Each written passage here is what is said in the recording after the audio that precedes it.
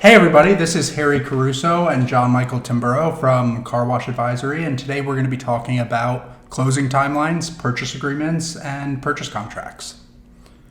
This is always a fun one. I know everybody asks, everybody has different opinions on how long it should be, how short it should be, so I think it'll be interesting to get into what we see as an overwhelming majority as we go through different processes, right? Whether it's small washes, big portfolios, but more or less they all have enough similarities that I think we can, generalize and cover the whole gamut. Certainly. And I'm excited about this one, John-Michael, because this is something that it's very hard to get objective precedent data on. So as a car wash owner and a seller, when you're faced with, is this a good contract? Is this a good offer? Is this a reasonable timeline? Hopefully we can shed some light as to what is reasonable, what is fair to expect, and what should be expected by both sides. Definitely. I think a good place to start is, rather than before we start to dissect everything, is get into, the overall theme, right? So from, the moment that I get my LOI signed in hand, happy with the high level material terms, and, it's now day zero, right? Realistically, from day zero till the day that I have all the money in my bank account, how long does it usually take, would you say? So from the highest of levels, honestly, somewhere in between 4 and 6 months. From start to close. And just to be clear for our viewers, we're talking about after not only offers are received or an offer is received, but also one that's acceptable, workable, and to both parties' agreement. For sure. So this is a move forward from that initial offer. Exactly. And I think that number will surprise people, because I think everyone's sitting here thinking that, the LOI is sort of that milestone. And it's once I have that in place, we're there, right? And the reality is we're not. Right. There's still a lot of work to do. Absolutely, John-Michael. And for those who don't know, a LOI is shorthand for? Letter of intent. A letter of intent. And that is basically the earliest form of an offer. Yes. It's typically, we'll say 1 to 3 or 4 pages, depending, if it's a private equity group. Usually there's a little bio on the first page about the firm, stuff they've done before, their track record, right? They're trying to sell you on them.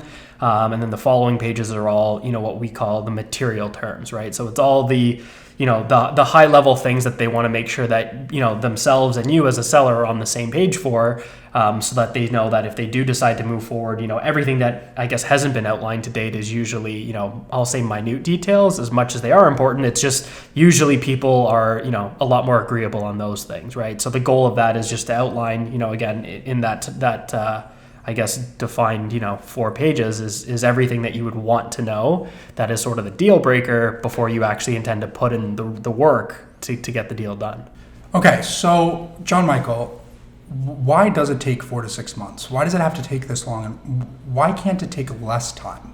Yeah, it's a really good question, and I think it's a question that a lot of people, they don't know the work that goes in, right? And as we always say, it's really easy to get an LOI and to bring the paper forward. I mean, to get a group to say, hey, here's all these details of what we're going to do for you. Oh, by the way, though, it's not binding and we're not committing to it. I mean, it's superficial, right? It's more of just an indication that they're at the table and they want to put in more work, right? So, what happens after that is all, what I say, that's the fun stuff, right? That's where they dig through the business. They look at the books, they look at your operations, they look at everything, the track record, any sort of historical stuff that might have importance. And effectively what they're doing is they need to make sure this business is the way it's been represented to them. And provided it is, then they can sign the purchase agreement and move on, right? So all that does take time.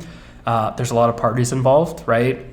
Usually you have it, all kind of just simply dissected into 3. You've got the due diligence team, whether that's actually the buyer or if it's third party to the buyer.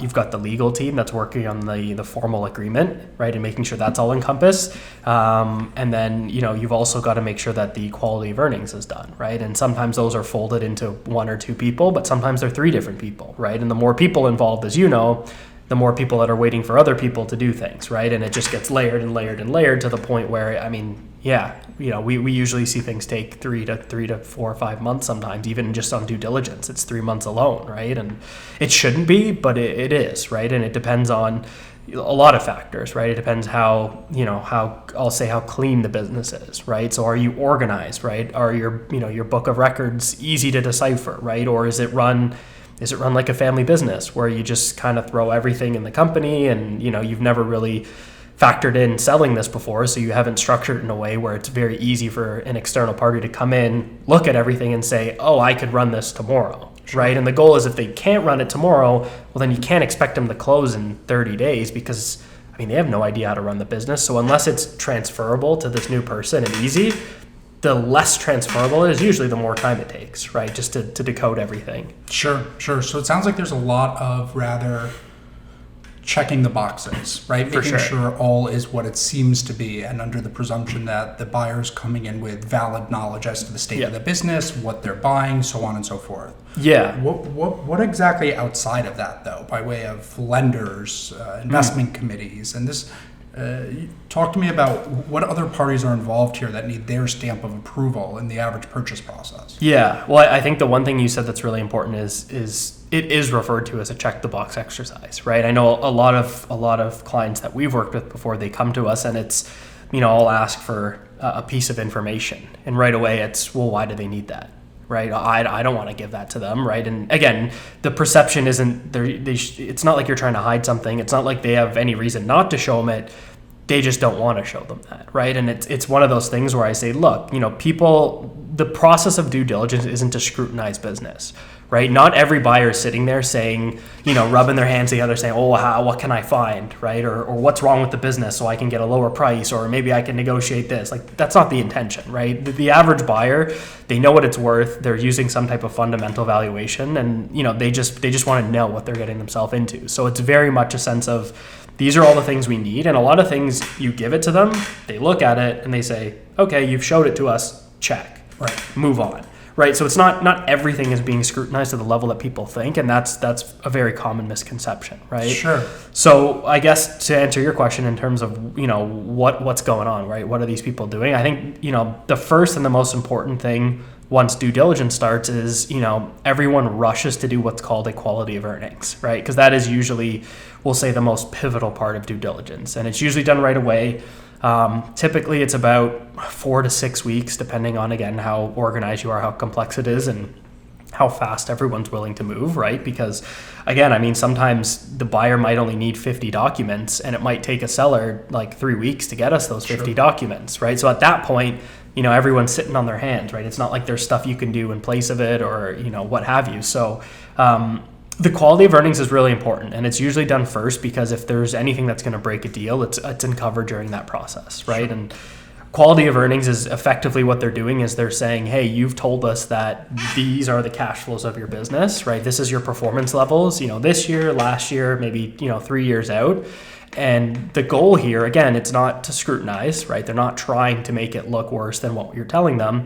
But the goal is they need to validate the cash, right? They need to make sure that just because you're reporting X dollars, to your accountant, or maybe you're not reporting X portion of dollars to your accountant, but maybe it's on your GSRs and there's a discrepancy. Again, for them, what's more important is they have to connect the dots, right? And the easier it is for them to connect the dots, the much faster that process goes, right? But as you know, the reason why quality of earnings is so important is because if the earnings are less than what you said, obviously number one is buyers, they might want a lower purchase price, right? Because if they're valuing it based on a multiple, if you're telling them you're doing $1 million versus maybe you're only doing 700,000 on a per site basis. On a per site basis, that's a material difference, right? Sure. And that's where we get into issues and discrepancies, right? But on the other hand, that's not their goal, right? Their goal is for them to be able to take this to either investors or partners or friends and family and say, hey, this is why it's a good investment, right? Because it's doing what I think, what I'm seeing it's doing, right? So again, we're not trying to scrutinize. We're trying to get people to the point where it's, you're basically just turning everything over and opening it up, right? Sure. And John-Michael, would you say it's a core function and difference between whose job is it to make sure that there are no surprises when it comes to quality of earnings? Is that not a foreseeable task and exercise to be done by the advisor, investment bank, broker beforehand?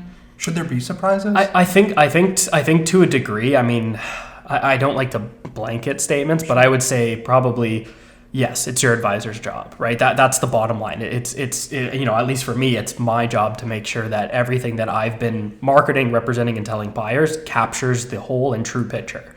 Whether it's pretty, whether it's not, it's got to be accurate, right? And I would rather tell someone this business isn't doing very well because the message is it's not doing very well, but here's all the things you can do to fix it. Because at least when we go into the process, everyone knows what they're getting, right? We're not trying to sell someone a bar of gold when really it's a bar of copper, right? That's not the intent. So I would say yes, advisor, job number one.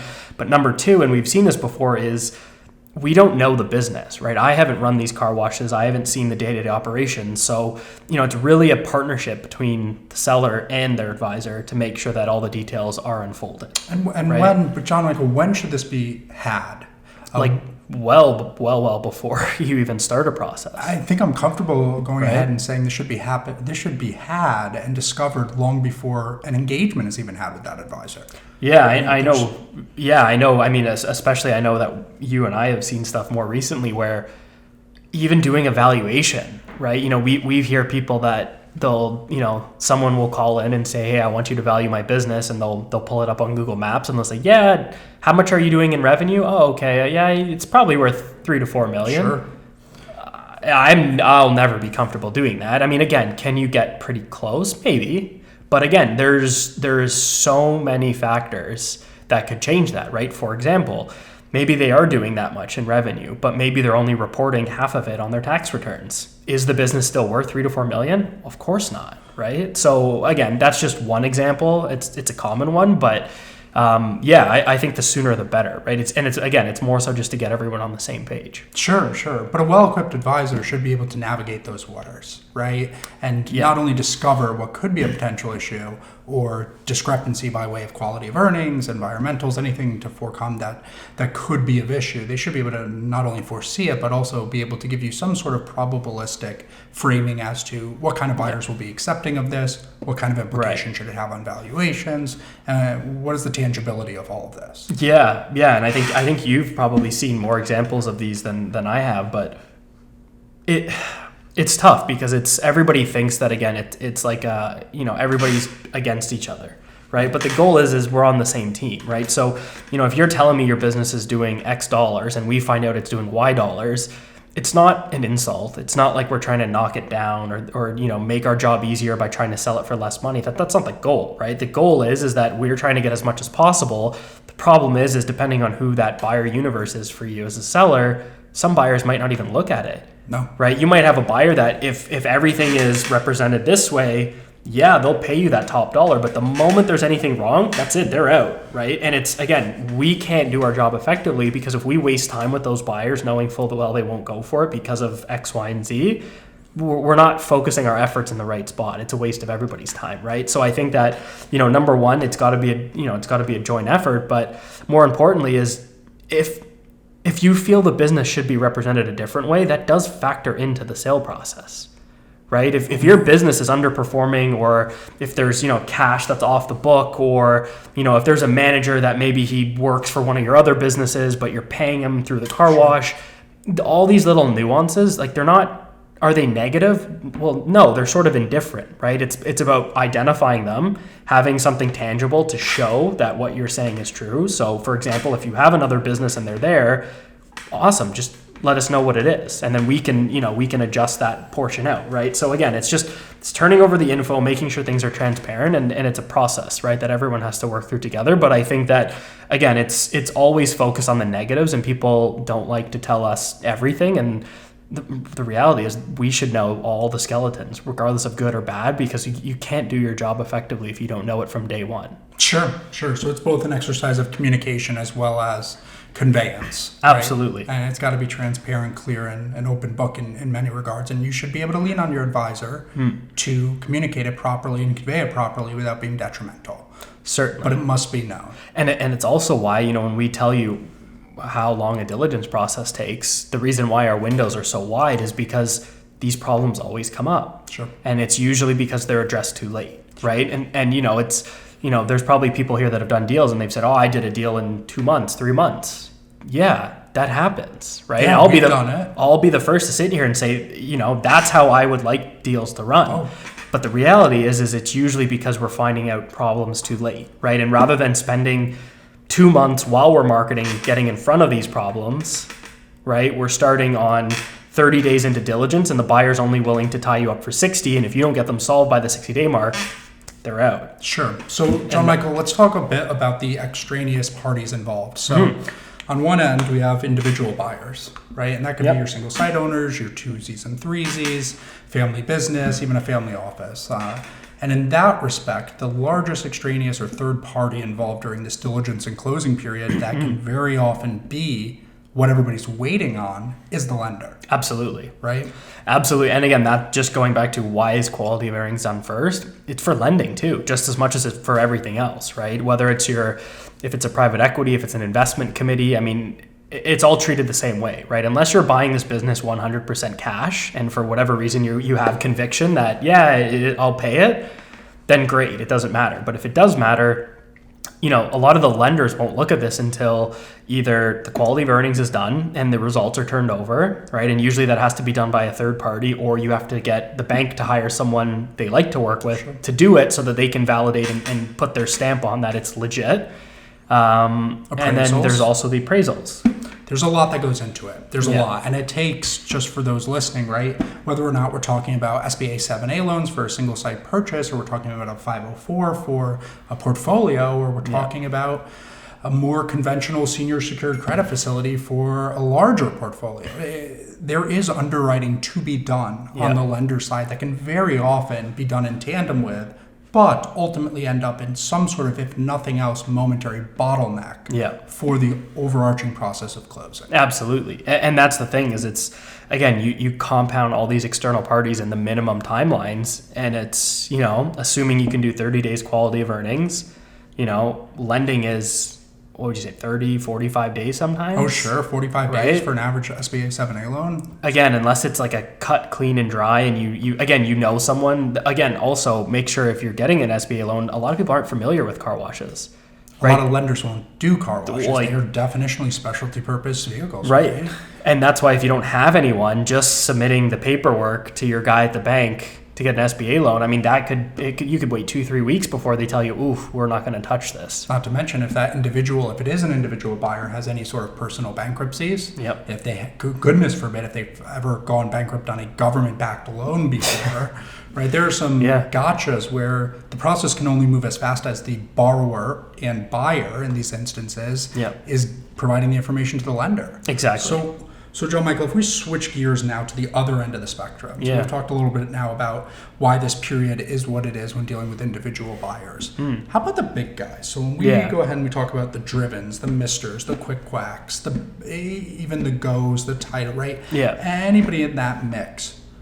When you're talking to somebody, and I think this gets brought up so very little, and it should very, very much more get attention from everybody, is when you're talking to that individual, whether it be the head of M&A or acquisitions at one of these larger companies, are they the single and sole decision maker in moving forward and closing that acquisition? Oh God, no! I wish that would be tremendous for everyone, right? But the reality is, I mean, the best way to think of strategics is they are your typical, big corporations. Sure. Right? There's red tape. There's politics. There's a department for God knows every little part of the process, right? I mean, even something as simple as, you're selling them a greenfield, right? How hard could that possibly be, right? Well, you've got zoning, you've got permitting, then you have to go to the engineering department to make sure that the building is actually in line with what they want, right? Then they've got to get their electricians to look at to make it roughed in properly, right? Do they have the right capacity for pay stations, cameras, all the surveillance? So it's like, again, even something as simple as a greenfield where you're like, it's a piece of dirt.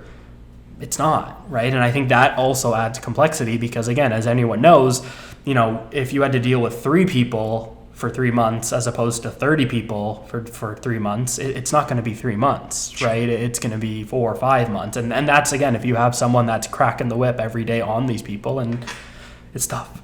Yeah, no, absolutely. And I think one of the other things that people do not talk about enough is that there are exogenous factors outside of that of your transaction in a vacuum, especially when dealing with these larger companies, whether it be that of the confluence of new build initiatives that they're doing, other acquisitions they're doing, their own already operating sites and the financial performance on those. There are so many variables far outside of that is within your control that can absolutely tip the scales, reverse underwriting, have a transaction canceled.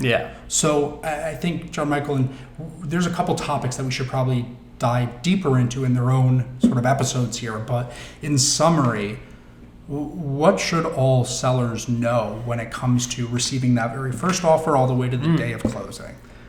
Yeah, I think so. The short is this: as we always say, if you're approached with an offer, it's probably not the only offer, right? That's the reality. So that's number one. So assuming that you've looked at multiple offers, and I would say that regardless of how good that that number looks on a piece of paper, in isolation it means nothing, right? Because unless you are some sort of financial engineer and you know how these things are worth, and by all means if you are, let us know, because we'd love to have great people that do it, but the average operator, they're not on this side of the equation, right? So it's very hard for you to look at it and say, I know with 100% certainty this is the best possible offer in the market. Sure. So assuming you've done your diligence, you've run a process, that you have multiple offers, I think the reality is that from the point of accepting the offer, you're roughly going to have anywhere from, again, I'll be very conservative and say it's 60 to 120 days is sort of the wide range. I think if you can get it done in 60 to 90 days, I think that's pretty good. Again, regardless of size, scope, complexity, all that sort of stuff, I think 60 to 90 days is what everyone shoots for. So I think if you can have it closed, money in the account in 60 to 90 days, that's fantastic.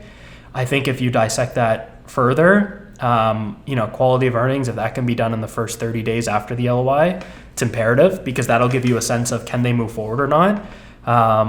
Obviously, you need to know who the buyer is and to make sure that they have the appropriate amount of equity to go alongside with it, right? Making sure they're well funded or they have the means to get the funding. And then I think after that, it's really a matter of just making sure that you get all the documents in order and over to the buyer for review as soon as possible, right? Or you have someone that's, essentially I like to say quarterbacking it, right? You need a quarterback in there so that when you get the files, someone can organize, disseminate, pass on to the right people. Because as if I were to send document A to the head of M&A, well, he might not need it, right? It might be some dude in a completely other department. And at that point, you're wasting precious time, right? So make sure you have the right people involved. Make sure that you have someone that's done this. Because if you're trying to cut down your timelines to that 60 to 90 days, then it's very difficult to do it alone, right? And we don't do it alone. We have a huge, a team behind us that does it, and everybody does different things. And truthfully, it's the only way things get done, right? Is making sure you're on it. So, sure. Well, that makes complete sense, John-Michael. And I think the one thing I'll leave all viewers with is don't be mistaken in that when you're going through a closing process, after you receive that offer and decide to move forward with it, this is not an instance where it should be a blackout event by way of communication. Absolutely not. And if anything, please do lean on your advisor, your broker, your intermediary as much as ever, right, during that closing period. As John-Michael alluded to earlier, getting offers is not the difficult part. Closing deals is where it becomes difficult, and that's really where you have to lean on that third party to get them done. Absolutely. That's where you get the value. That's where, if you're paying fees, commissions, what have you, that's where every dollar should be earned, right? And at that point, you should be in more frequent communication with your advisor or your partner after the LOIs received than before, realistically, right? And it could be daily, it could be many times a day. We've seen it all, but definitely make sure you have someone you can trust and make sure that they're on it for you, because your job as an owner is not to sell your business, it's to keep running it, and you should have someone else who can do it for you because they can do it faster, better, and hopefully with less of a headache. Oh, absolutely. Yeah, absolutely. And again, to viewers, so I think we're going to conclude this episode here, but there's many to come to branch from this, whether it be rollover equity, non-cash consideration, what you should watch out for in terms of red flags by way of buyers and intent, and how all offers are not created equal. So we'll be doing more episodes to come. Please do let us know if there's any specific topics that you'd like us to cover, and we look forward to doing more of these. Thank you for tuning in. Thanks, guys.